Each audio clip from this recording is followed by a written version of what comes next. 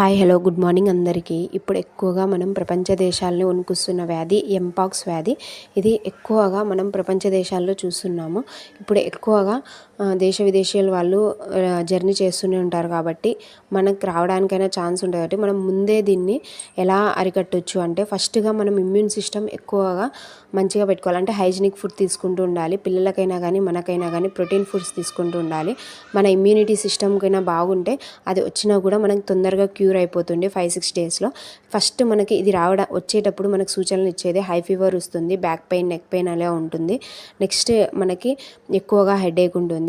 ఇది వచ్చిన తర్వాత కూడా మనం ఎలా హైజీనిక్గా పెట్టుకోవాలి అంటే ఎవరికైతే వచ్చింటుందో వాళ్ళు ఒక 7 days 5 days పక్కన ఉండాలి. వాళ్ళ వస్తువులు వాళ్ళే యూస్ చేసుకునేటట్టు, వాళ్ళే క్లీన్ చేసుకునేట్టు, లేదు అంటే హైజీనిక్ మెయింటైన్ చేస్తూ ఉండాలి.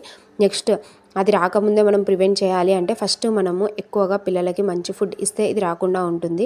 ఇదే మనకు మెయిన్ ట్రీట్మెంట్. నెక్స్ట్ పిల్లలకి ఎక్కువ కూడా పెట్ ఎనిమల్స్ దగ్గర నుంచి ఎక్కువ ఇది స్ప్రెడ్ అయ్యేది ఎనిమల్స్ దగ్గర నుంచి కూడా. అందుకని మనం పిల్లలకి ఎనిమల్స్ దగ్గరని పంపించకుండా ఉండడమే best. Thank you. Like, share and